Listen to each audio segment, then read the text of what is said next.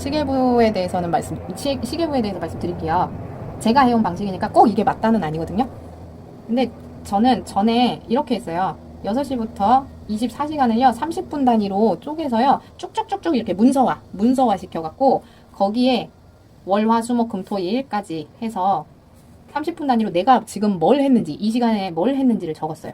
근데 그거를 일주일을 그렇게 적다 보니까, 아이씨, 한 일은 많은데 내가 뭘 했는지 정작 모르겠는 거예요.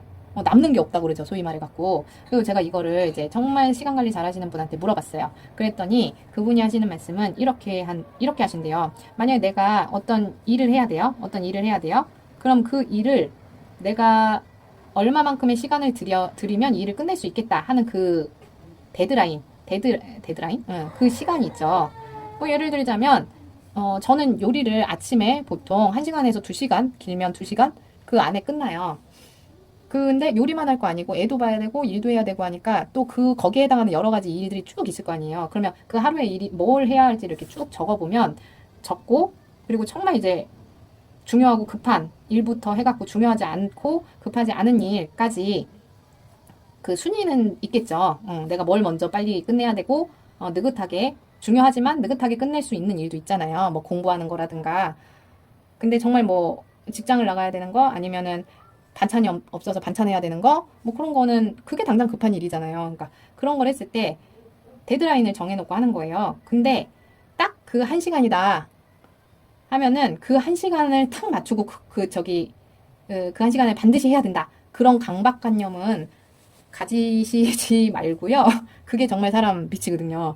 그렇고 그 강박관념은 갖지 마시고, 만약에 그거를 저 예를 들어갖고 요리를 그렇게 제가 1시간 안에 끝낼 수 있을 것 같아요. 그러면 최대 여유 시간 3시간을 잡고요. 그 시간에서 1시간, 어느 1시간을 딱 정해서요.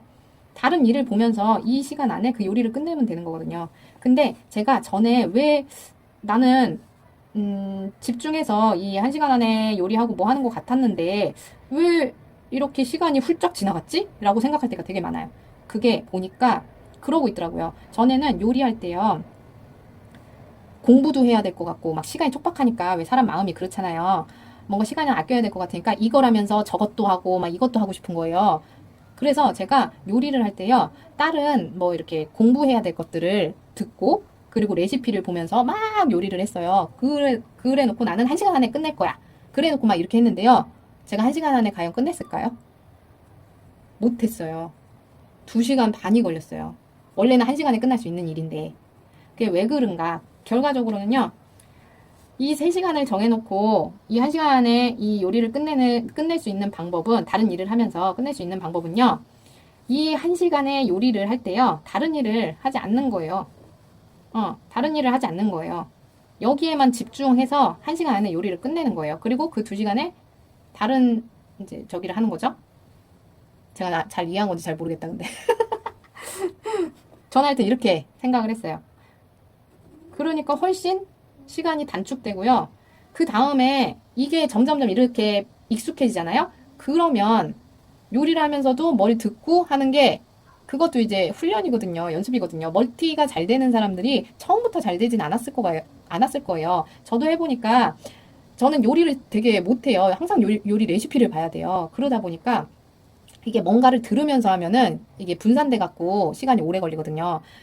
근데 이제 어느 정도 요리를 계속 지속적으로 쌓여갖고 그게 훈련이 되니까요. 이제는 오디오 들으면서도 오디오에 집중도 할 수 있고 요리는 몸으로 하는 거잖아요. 계속 하다 보니까. 그러다 보니까 운전도요. 운전도 예전에는 막 내비, 기 모르는 데 가면은 내비만 막 집중해서 해야 되는데 제가 또 공부하고 싶다 오디오를 듣잖아요. 귀 안 들어와요. 근데 이제 맨날 가서 정말 그 포인트만 잘 집어내갖고 거기를 이제 몸으로 계속 체득을 하잖아요. 그럼 그 다음에는요.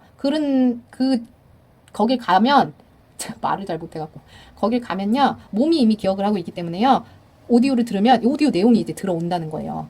제가 해보니까 그게 되더라고요. 그러면 그때부터 이제 이런 시간이 굉장히 절약이 되면서 효과가 높아지게 되더라고요. 저도. 그래서 하여튼 시계부 같은 경우는 이렇고, 가계부는요 전에 제가 이렇게 썼어요. 총 수입 얼마, 총 지출, 그러니까 지출액. 그래서 그날 이렇게 몇 월 며칠 막 이렇게 썼어요. 이것도 분명히 필요한 거 맞는데 이렇게 써서 보니까 항상 이렇게 남으면 이걸 갖고서 제가 생활을 해야 되는데 이상하게 항상 빠꾸가 나는 거예요. 뭐가 잘못됐지? 라고 이제 조언을 또 들어보니 이 총 수입에서 지출액이 있을 때 우리 고정 지출도 있고요. 변동 지출도 있고요. 그리고 그 외에도 기타 지출도 많잖아요. 그랬을 때요. 무조건 빼놓는 거예요. 이 고정 지출 무조건 빼놓고요. 그 다음에 이제 저축액을 무조건 빼놔야 돼요. 얼마가 단돈 10,000원이 됐더라도 무조건 빼놔야 되더라고요. 안 그러면은 여기서 어디서 어떻게 생길지 모르는 이 변수에 해당하는 지출액으로 빠져나가 버려요. 그래서 가계부는 다른 거 없더라고요. 그냥 고정적으로 나가는 거랑 저축액 아주 조그만 1,000원이든 뭐든 빼놓으세요. 달달이 빼놓으면 이게 이제 한 달이 지나면 3만 원이 되고 또 12달이 지나면 12만 원이 되고 12만 원은 결코 작은 돈 아니에요. 제가 지금 생활을 해보니까 정말 큰 돈이더라고요. 전에는 이거를 그렇게 물 쓰듯 그렇게 써버렸는데 어쨌든 내가 어떻게 내 생활에서 변수로 생길지 모르는 이 지출을 막으려면 나에게 늘 나가는 고정 지출과 그리고 저축액. 그래서 항상 뭐 책에서 3개월 임금은 통장에 잔고에 항상 마련을 해둬야 된다. 막 비가 쏟아져 내릴 때 그거를 최소한은 막을 수 있는 그런 자금은 있어야 된다라고 하잖아요. 정말 먹고 죽을 돈도 없다고 하지만 이렇게 대비를 하지 않으면 정말 나중에 그 장맛비 잠깐 왔다 갔다 하는 거지만 그게 얼마나 큰 구멍을 내는지 그거는 이제 정말 가계부를 정말 간단하게 생각하시고 써보시면 알 거예요. 이건 정말 제가 강추해드려요. 그리고 이 저축액이 점점점 아주 조금씩이라도 늘어날 수 있도록 내가 매일매일 이렇게 일자별로 쓰면서요. 뭐가 도대체 지출로 많이 빠져나가는지도 체크를 해보셔야 돼요. 그 체크가 정말 중요해요. 체크를 해야지만 그 뒤에 그거에 대한 필요 없는 부분에 대한 거를 줄일 수가 있어요. 그래야지 저축을 할 수가 있고 그래야지 내가 원하는 것들을 할 수 있는 기반을 마련할 수가 있어요. 그리고 이제 차계부 같은 경우는 저는 전에 차계부 해놓고 안 썼어요. 안 썼고 어떻게 써야 될지 모르겠더라고요.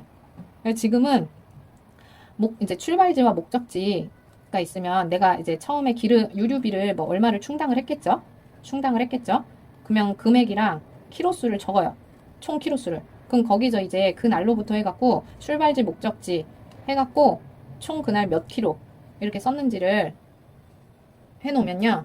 해놓고 그리고 제가 팁을 얻은 게 이 기름이 빨리 단다 그러나? 하여튼 키로수가 주는 이유 중에 하나가 급가속, 급정거, 급브레이크가 급정거인가? 급정거, 그리고 그 공회전. 뭐 이런 경우가 있대요. 그래서 저도 약간 이 성질이 많거든요. 제가 성질이 급하다 보니까 막 급가속했다가 급브레이크하고 막 이랬는데 이런 것들을 이제 조금 운전 습관을 바꿔서 이거를 기록을 이렇게 하다 보니까요. 정말 이제 돈에 관한 개념이 달리 생각이 돼요. 진짜로. 그냥 있는 대로 막 달리는 게 아니라요. 내가 이렇게 목적지 출발지를 해서 써보니까요. 대략 얼마 정도가 이제 한 달이 나갈 게 금액이 나올 거고요. 그럼 이걸 이제 미리 빼둘 수가 있잖아요. 미리 빼두면 뭔가 이제 또 그 외에 다른 지출 생기는 거에 방향을 하나씩 잡을 수 있겠더라고요. 그러니까 전에 아예 가계부를 안 썼을 때는 얼마가 나가는지도 모르고 기록을 안 했으니까 모르고 막 그러고 있다가 왜 돈이 빵꾸나지 이랬었어요. 막무가내로. 네, 저처럼 그렇게 어리석은 행동은 하지 않으셨으면 좋겠고요. 도움이 되셨으면 좋겠네요. 정말 뭐 별거 아닌데요. 이 습관 하나가 시간적으로나 경제적으로 조금이나마 나의 숨통을 틔울 수 있는 시간인 거는 제가 그런 방법인 거는 제가 분명하다고 말씀드릴 수 있어요. 저도 지금 해봐가는 과정인데 충분히 도움 되더라고요. 한번 해보세요. 안녕히 계세요.